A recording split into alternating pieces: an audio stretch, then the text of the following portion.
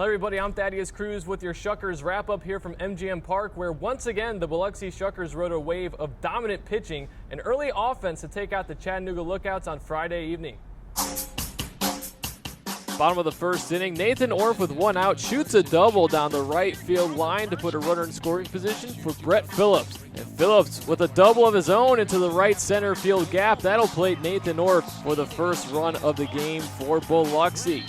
Next batter, Jacob Nottingham, strong like bull as he launches one off the batter's eye and straight away center. And for a second consecutive night, the Shuckers put up a 3 spot in the first against Chattanooga. Javi Salas took the mound to start the game for the Shuckers.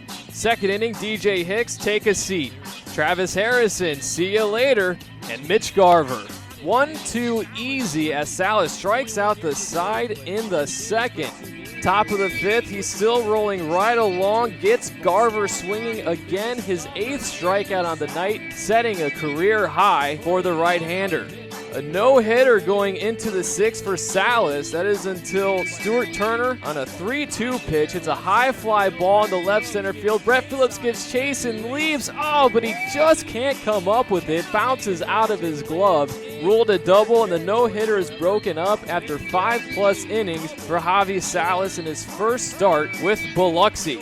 After a sacrifice bunt by Bielma, Zach Granite rolls over one to the right side, enough to score Stuart Turner from third and cut the Shuckers' lead to 3-1. 7th inning now, Daniel Tillman on the mound for the Shuckers, and Mitch Garver takes the reliever the opposite way for a solo shot to cut the Shuckers' lead to 3-1. That wouldn't last for too long as Victor Roach in the bottom half of the inning. He goes opposite field into right center onto the berm, and the Shuckers' lead is now 4-2 as Roach goes yard for the first time in 2016.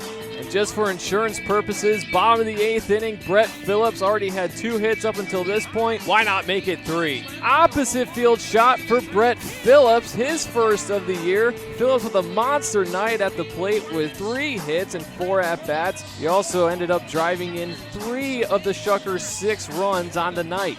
And Jay Chapman back in Biloxi gets the first 2 in the 9th inning on strikes before Travis Harrison sends a drive to right, but there is Tyrone Taylor to make the catch at the wall for the final out, securing the Shuckers' 4-run victory over the Chattanooga Lookouts. Biloxi improves to 2-0 on the young 2016 season. The Shuckers as a team knock out 3 home runs, won by Phillips, Nottingham, and Victor Roach. Salas ends up picking up his first win of the season in 5 2/3. The 24-year-old from Coral Gables, Florida, gave up just 2 hits, allowed just 1 run, and once again set a new career high in strikeouts with 8. Biloxi Shuckers broadcaster Chris Harris spoke with Salas about his performance on Friday night.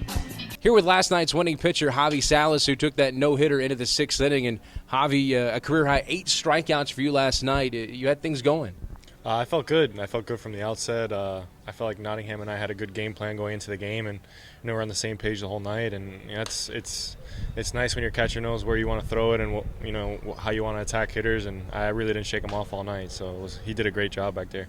Talk to me about that at bat in the 6th inning. You're facing Stuart Turner, a 3-2 pitch. Tell me what happened there, and of course what happened in the outfield too. Well, we were up 3-0, so I don't want to put guys on base, and I felt like my fastball was working for me all night. Unfortunately, he put a really good swing on it, and I as soon as I let go of the pitch, I knew it was a bad pitch, and he put a great swing on it. I didn't even turn around until the last second, and I saw Brett jumping and almost catching it. So, it was an incredible play out there. He's going to be a lot of fun to watch all year long out there. Now, you're familiar with being perfect through 5 innings, and you had a no-hitter through 5 innings last night. You threw a perfect game back in March of 2014 as a member of the Miami Hurricanes, on the 23rd in NCAA baseball history. What was that like to throw a perfect game and be a part of history? It was fun. I look back on that day. My brother was obviously part of it too in the broadcast booth, so it was a lot of fun for my whole family. And it's one of those things I'll never forget. I'll hold on to that forever. And it was a great experience. It was at the school that I love, so it was just it was a great experience all around. And you grew up right there. You said your house was closer to campus at Miami than where you would have lived in the dorms. It was. I grew up probably 3 blocks away from University of Miami. I went to all the games, football, basketball, baseball, and I always wanted to play there. And when they expressed interest in me in high school, it was a no-brainer for me. I was a Hurricane from the moment I started playing baseball, so it was like a dream come true. Now as you jump into this now second full season in minor league baseball, last year you had a great first half, faltered off a little bit in the second half last year. What's been your mentality going into this season and part of a great pitching staff here in Biloxi?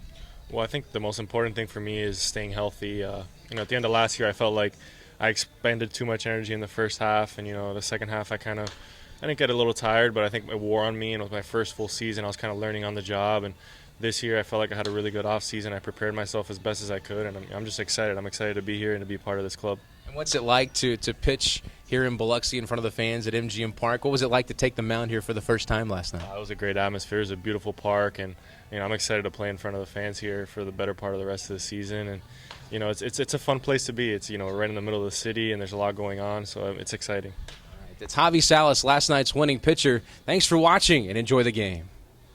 The two clubs will be at it once again in Game 3 of the 5-game set, with right-handed pitcher Adrian Hauser taking the mound for the Biloxi Shuckers, his first of 2016 after 7 starts in 2015. First pitch is set for 7:10 p.m., and there will be a post-game fireworks show shortly after. For the Shuckers Wrap-Up, I'm Thaddeus Cruz.